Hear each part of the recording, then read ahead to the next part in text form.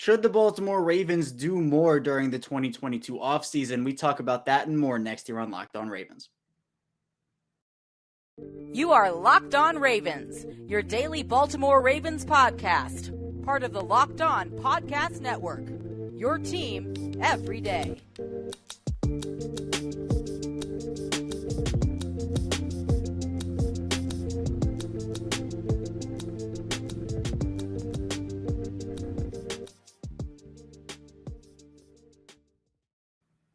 And we return here with another episode of Locked On Ravens, your daily Baltimore Ravens podcast. I'm your host, Kevin Allstriker of Ravens Wire. Of course, we're here on the Locked On Podcast Network, your team every day. Thank you for making Locked On Ravens your first listen of the day. And we're free and available on all platforms, including on YouTube. And also today's episode of Locked On Ravens is brought to you by Blue Nile. And you can make your moment sparkle with jewelry from BlueNile.com. And Locked On Sports listeners get $50 off of purchases of $500 or more. This podcast exclusive includes engagement. Use code Locked On at checkout. We're back. It's a Thursday edition of the show following the Ravens' third open session to the media of voluntary OTAs, mandatory minicamp on the way next week. But Baltimore wrapping up these voluntary practices. Guys are there, other guys aren't there. And today we're going to do another one of those OTA sandwiches. We're loving some sandwiches here on Locked On Ravens over the past couple of weeks. So in the first segment, we'll talk about OTAs. In the third segment, we'll talk about OTAs. And what we'll do is in the first part of the show, we'll talk about just overall takeaways from people who were at the OTAs, what their observations were and what they saw. In the final segment, we'll just talk about quotes from guys, players, coaches, some really good sound bites that I wanted to kind of dive into and just talk about what they mean and just the, I guess, gravity of them, important, not important, etc. I think there were a couple things to take away for sure. But in the second segment, we're going to be talking about if the Ravens should do more during the 2022 offseason. Now, I think that we'll probably see this team make at least a small move or two here and there. But again, what would those moves be? Should they make those moves? Should it be more than just a small move or two? Or are they set the way they are and they don't have to make any moves? I'll share my thoughts, and I'm interested to hear anybody else's thoughts if you want to comment that down below on YouTube. And speaking of YouTube, if you're here in video form, you're on YouTube with me here. You can see my face in my background. Be sure to like this video, subscribe to the channel. It helps me out a ton. We're growing the community fast here on Locked On Ravens. I say it almost every day because it's true. We're growing faster and faster and faster. And if you want to be a part of that, hit that subscribe button. I would love for you to become a part of this community and hear what I have to say about this team. I'm thankful to everybody who's tuned in on YouTube. And if you're subscribed, thank you so much for subscribing. If you're thinking about it, you're wondering why you should subscribe, we put out daily Ravens content 5 days per week. So if you want daily Ravens coverage, analysis, news, opinions, updates, we're here for you 5 days per week. Also in audio form, again, same show, both audio and video, so you're not missing out on anything. Thank you so much for listening in audio form. I greatly appreciate you as well. So whether you're on Apple Podcasts, Google Podcasts, Spotify, the whole 9 yards, we've got you covered anywhere you get your favorite podcast. Be sure to follow us, turn notifications on, of course. Also, be sure to follow me on Twitter at KAllstriker34 and the Locked On Ravens account at Locked On Ravens.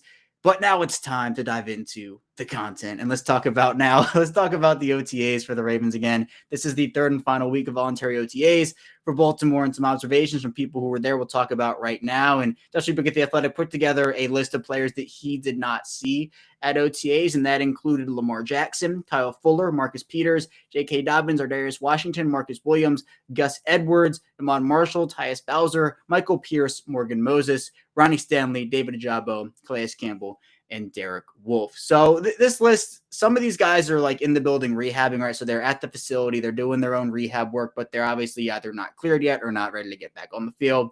So those guys are still there, but they're not like there on the field. Others, as we know with Lamar Jackson, who has not been there for the past now 3 weeks, at least the open sessions. And, he's been posting workout videos. He's been working hard. He's somebody that, again, exercised that right to not come into voluntary workouts. That's his decision, and I'm going to respect that. Again, for all these guys who haven't shown up, it's great to get the reps. It would be great if they were there, but I'm not going to necessarily knock them and say, oh, this is terrible because they're not there. So we've had that conversation a ton. Let's move on to some just overall takeaways. And this was a defensive dominated practice where the defense took over. And a lot of what came out of this practice was that there were a lot of tipped passes. Kyle Barber, the managing editor over at Baltimore Beatdown, ended up saying that the defense broke up or intercepted a total of 10 passes. That is unbelievable. That's great news for the defense. Justin Madubuike had a great day. He tipped 3 balls. Then Marlon Humphrey, there's also some secondary action. He caught an interception off of one of those deflections. Denzel Williams, an undrafted rookie, had a pick 6 after Brent Hundley took a high snap from Tristan Colon. So let's hope the snaps are good. And I think with Tyler Linderbaum, they will be fine. But I know after some snapping issues that Lamar Jackson has had from some centers over the course of his career, I know a lot of Ravens fans just want that good and gone. So I am with you. I think that the snapping is a huge part of the whole success thing at the NFL level. But also Rashad Bateman had a touchdown catch down the sideline during a 2-minute drill.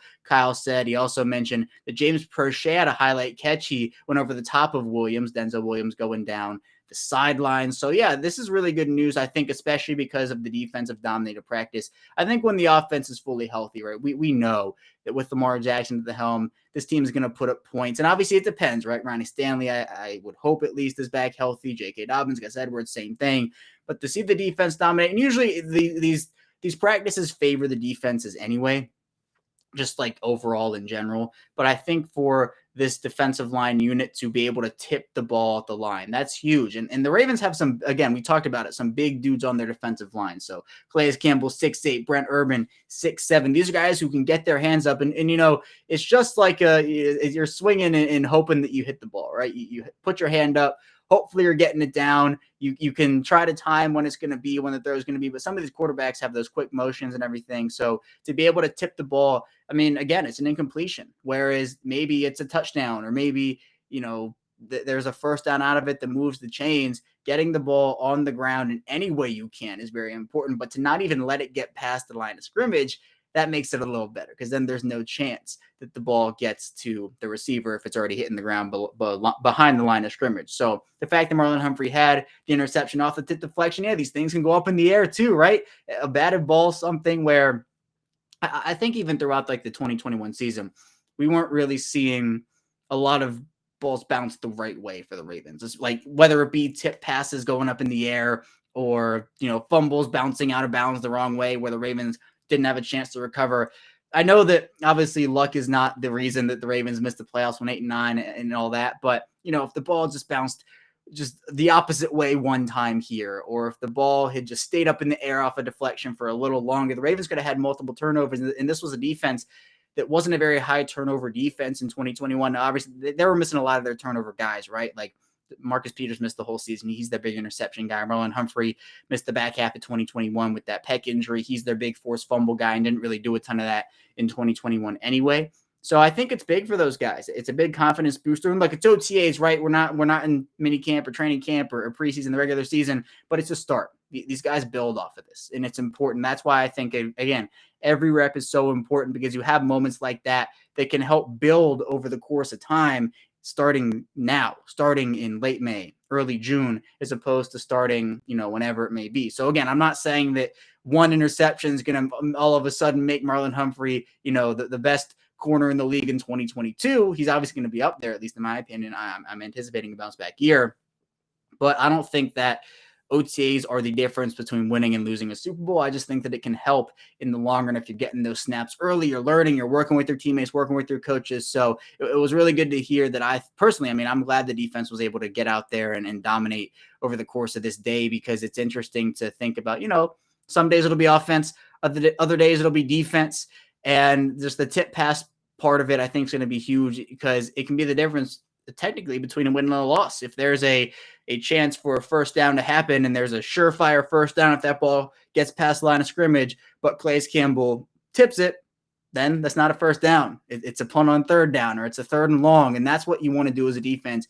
Get the offense into a third and long situation, something that when we saw the Ravens, especially when they were struggling to run the ball and pick up chunk yards on first down, and they were only getting 1-2 yards, it was putting them in a 2nd and 9. Then that would put them in a tough spot, because it wasn't a 2nd and medium, 2nd and short. They would have to try to pick up the yards, and if it was an incompletion, all of a sudden they're in a 3rd and 9. So on first down, on second down, on third down, any of those, the tip passes are very important. So I'm glad to see that the Ravens defense was able to get plenty of tip passes over the course of OTAs on Wednesday. And now, yeah, we'll just go through these last couple of practices, and then the Ravens will have their mandatory minicamp starting next week. And that will be I think, again, more ramp up. We're getting closer. We're hitting these milestones, right? OTAs, minicamp, training camp, preseason, all the way up to the regular season and what the 2022 season holds for this team.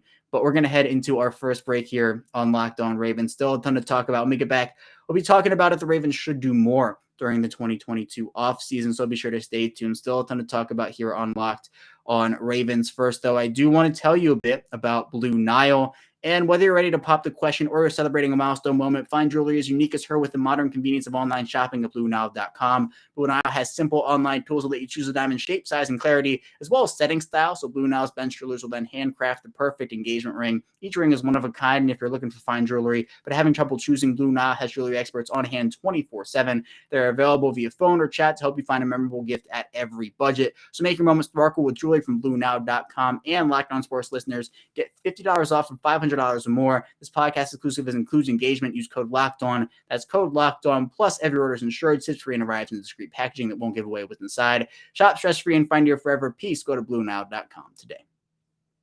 We're back here, our second segment of Locked On Ravens. Kevin Ostreicher, your host, still here with you. And thank you again for making Locked On Ravens your first listen of the day. Be sure to subscribe to us on YouTube if you're here in video form. Follow us in audio form if you are in audio form. And be sure to also check out our listener survey. If you do, you'll have a chance to win one of 10 $100 Ticketmaster gift cards. And so to take that survey, go to lockedonpodcast.com/survey. Thanks for your help. But now we're going to talk about, I think, a big question, especially now as we're heading into what has been, at least over the past couple of weeks, the, I guess, down period throughout the offseason. We're not in March anymore. The draft is passed. We're now in early June, and we're coming up on mid-June, actually. It's June 9th today. But I think what you're looking at now is a team in the Ravens that has done a lot during the offseason. They've made splash moves. They've lost some key contributors. They've drafted a really talented draft class. They've filled a lot of needs, but should they do more is the question. And these last couple episodes have really tied into each other that I've done. Yesterday, we talked about if the Ravens could make a trade for a star. So if you haven't checked that out, I highly recommend you do that. And tomorrow, we're going to be talking about more trade stuff as well, barring no massive news. And we're going to, if there is, we'll break that down. But yeah, more trade stuff tomorrow. But I think for what the Ravens have right now, their roster is actually pretty deep at a lot of different positions. And they've done, in my opinion, a pretty good job at filling the needs that they had to fill. Going into this offseason, what were the biggest needs on this roster? You talked about corner, you talked about outside linebacker, the offensive line, safety, and the Ravens have done a lot of filling those needs. And wide receiver was not one, and now it is one, right? It's kind of like some needs went away, other needs popped up. But really, the only two positions, maybe three, like maybe I would sneak in another position here that I think the Ravens could definitely look to add at least one more player. Wide receiver, outside linebacker, and maybe inside linebacker. But inside linebacker, I feel like might be a bit of a stretch because they already have a ton of undrafted rookies who I think they feel very confident in. So maybe they just want to go and see what they have there and not necessarily bring in an outside option, even though the room right now outside of Josh Bynes is pretty inexperienced overall. But regardless, I think that Bynes is that veteran option. But when you look at the wide receiver position in particular, when you look at the outside linebacker position in particular, you could say, look, one more guy at either position, like a veteran. We've talked about the veteran wide receivers like Julio Jones and Will Fuller and Odell Beckham and T.Y. Hilton and all those guys. One of those additions would, I feel like, round out this room with both experience, youth, and talent.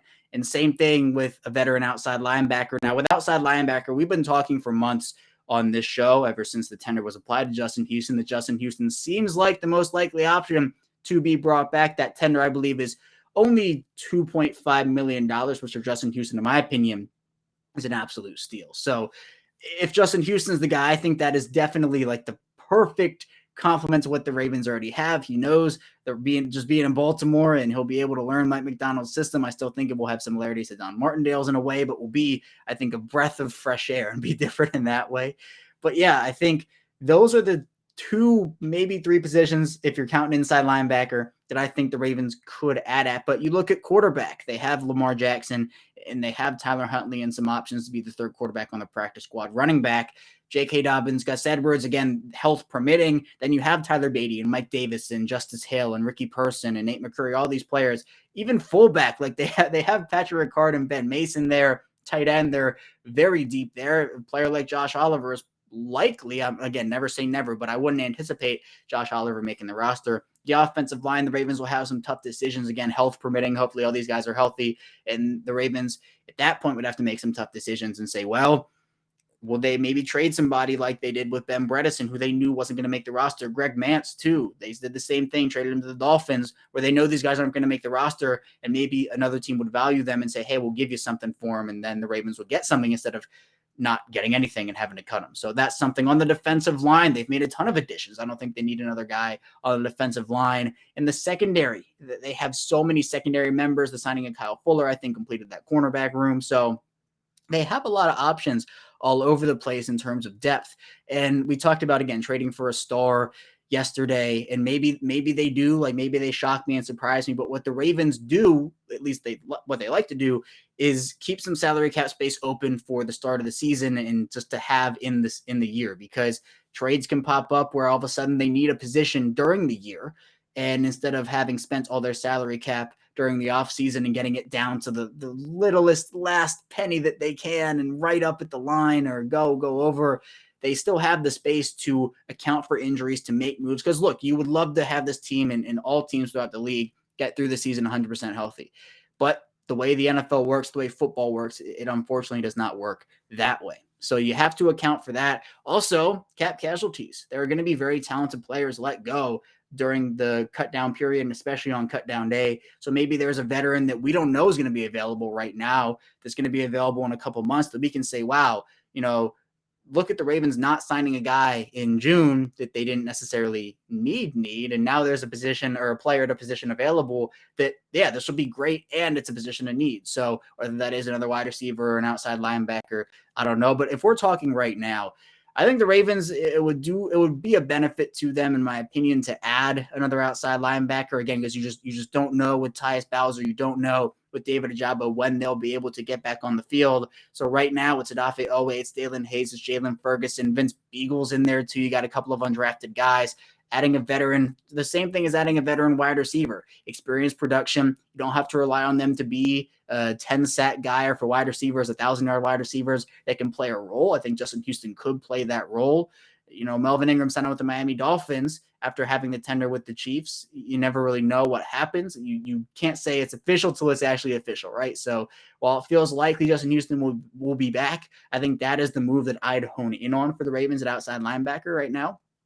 Inside linebacker, I think maybe they could add somebody, but again, I think they're going to roll with the undrafted route. They have found countless gems at inside linebacker over the course of their franchise history. If you want to go back a tiny bit, you got Jamil McClain and Donnell Ellerbe and Zach Orr, who spoke to the media yesterday. You have so many players who were gems at the undrafted linebacker or inside linebacker position that you could say, they're going to trust themselves. If that's the route they choose, you know what? I'm completely content with that, because the inside linebacker position, you have Patrick Queen, you have Josh Bynes, you have Malik Harrison and Kristen Welch in there too. So while you could benefit from adding somebody there, if you're the Ravens, I think that they might just trust themselves, look at their talent, which again is fine with me. And then, wide receiver is the last position where I'd say, hey, maybe go look at this position. And for me, I think, again, it'd be a Julio Jones is my top option. Will Fuller is number 2, but maybe in the middle of the year, maybe that's what they do, right? They roll with their guys. They keep 5 wide receivers. They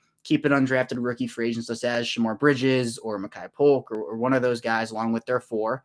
And then if it's not working out, if there's an injury, then the Ravens can look to the trade market and maybe, hey, Darius Slayton's available, or hey, somebody else who wasn't available in June or in August is available. Then they can make that move.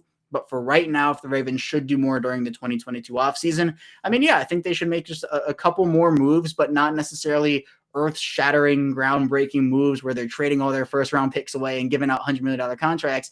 I think for now, it's just securing the depth around the positions that are the weakest at this point, in my opinion, which are wide receiver and outside linebacker. And that's not to say they're not talented there. They have tons of talent at all these different positions, but you look at the depth at running back, the depth on the defensive line, the depth in the secondary, and you have some guys coming back from injury in those rooms, but you have a lot of depth stacked below those guys, whether it's top-end guys or kind of mid-level, whatever you want to say.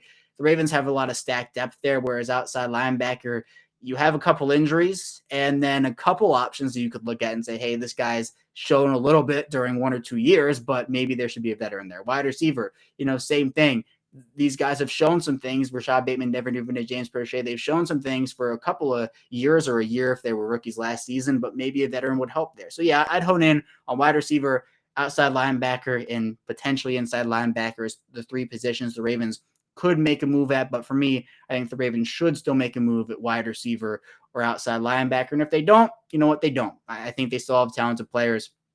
And the roster is not going to be final for a while now. They still have time to figure out what they want to do. So whether that is add a couple of players, whether it's not add anybody at all, I think they've done a good job building up their depth, building up their roster to put together a rather good product right now that they have for the 2022 season. But we'll head into our final break here on Locked On Ravens. Still a ton to talk about. We'll dive into quotes from the third open media session of voluntary OTAs. So be sure to stay tuned. Still a ton to talk about on Locked On Ravens. First, though, I do want to tell you a bit about Built Bar. And if you love chewy and chocolate brownies or even caramel brownies with caramel swirled on top, even if you can have that deliciousness all together plus 17 grams of protein, you're in luck because caramel brownie bars are available at Built.com right now. And you have to act fast because they're a fan favorite. They are flying off the shelves right now. And the best part, caramel brownie bars are covered in 100% real chocolate. And with Built, you don't have to sacrifice tasty for health. You can have both because they do have 17 grams of protein and only 4 grams of sugar and only 130 calories. So with Built, tasty is the new healthy. Go to Built.com to get your box of caramel brownie bars now. Go to Built.com, use promo code LOCK15.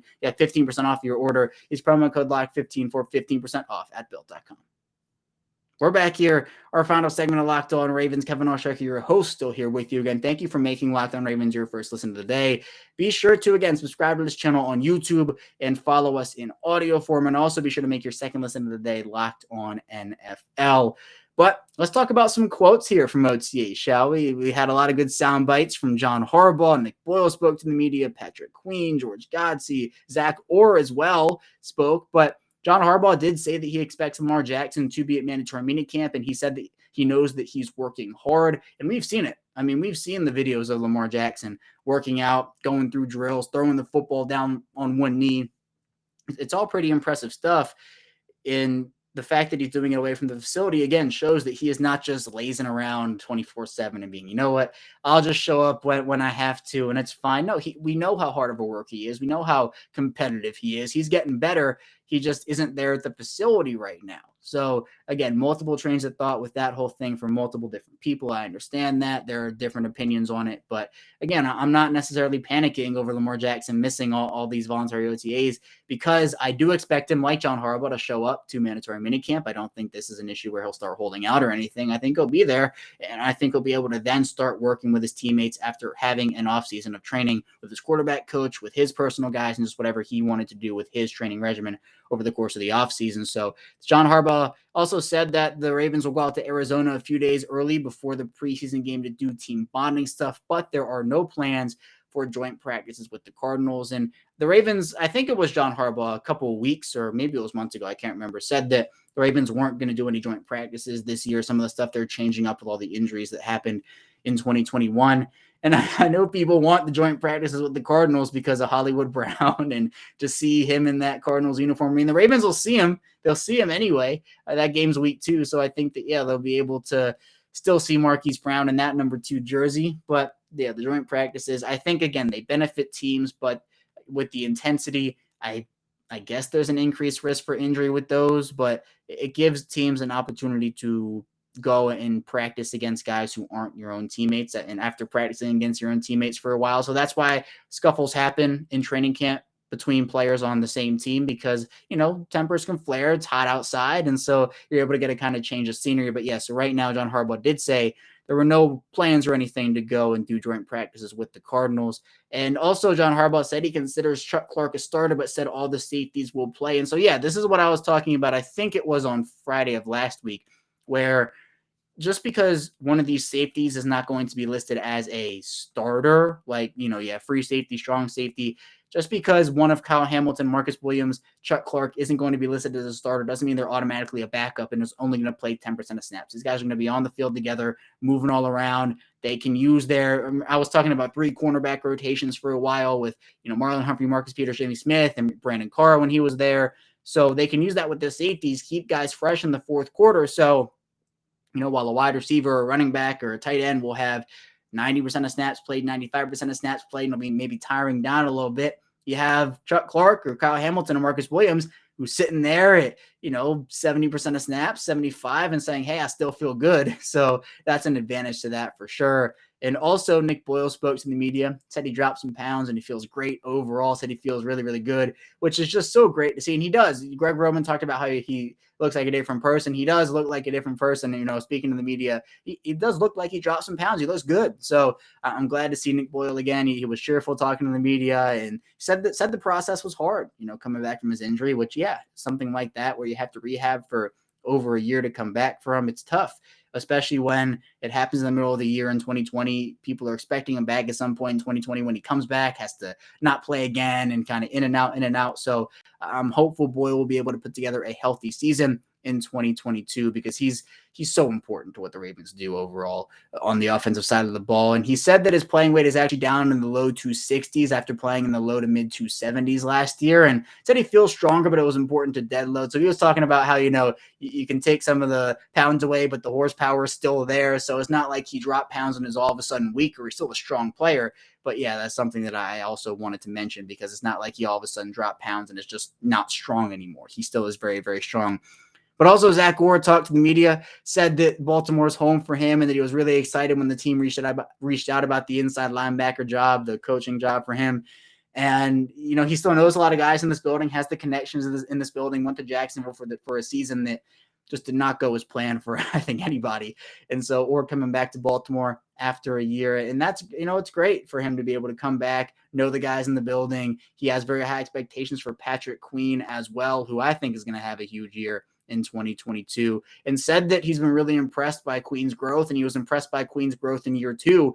And again, yeah, that's something that I've said where, look, his start to the year was not great in 2021, but he was able to bounce back from that, had Josh Bynes next to him, settled down a lot, and it's something that I think is going to be huge for Baltimore. It's going to be Patrick Queen's third season. I'm not going to say it's the make or break year. I think if he struggles again, that's year 4 for me. But I still think that Queen is going to be a guy that's going to have a big, big year in 2022. And then Queen himself spoke to the media, said that he took 2 weeks off after the season ended, then went back to work. And he also cut fried food out of his diet for a couple months too. So it's commitment. It's commitment. I give Patrick Queen a lot of credit there. That's commitment to cut out that fried food for sure. And he also said that he wants to be a guy who never leaves the field. And that's big because, for Queen to be an every down inside linebacker, a 3-down player, the Ravens, if they can have that in 2022, it'll be huge for their defense in general, can help line Patrick Queen up in a ton of different places and just have him as an asset. So you're not necessarily having to take him out on a bunch of different plays. I think that's going to be huge for him at least. So I think that all of that is stuff to keep in mind because Queen is a player that I think has the potential to be a 3-down inside linebacker in this league. The sideline to sideline speed, we saw the flashes throughout the course of the second half of the season last year. So yeah, I'm excited to see what he can do there. And then also George Godsey, the tight ends coach, spoke to the media and talked a bit about Mark Andrews and, said that part of the reason why he's at OTAs right now is because defenses are going to change and there are going to be more coverages for him. He could see 1 or 2 guys, maybe a couple at the same time. And so, it's an opportunity for him to learn and to come in and continue to work with his teammates. And a player that had such a good 2021 season, in my opinion, was the best tight end in the league in 2021. Defenses take notice of that. And that's what Godsey said. The defenses are going to take notice of that and obviously adjust to what that is and try to take that away. So for Andrews to come in to start learning defensive coverages and just to get work in, I think is very important for the team. Again, every rep counts. That's what I'm going to keep saying. So again, more stuff to talk about with Ravens OTAs wrapping up over the next couple of days, mandatory mini camp next week. We're getting closer and closer. I'm excited for it, and I'm excited to keep covering it here on Locked On Ravens. But that's all I have for you here today on Locked On Ravens. Thank you so much for tuning in. When we get back in tomorrow, we'll be rounding out the week with more Ravens talk. So be sure to stay tuned for that, and I will see you tomorrow.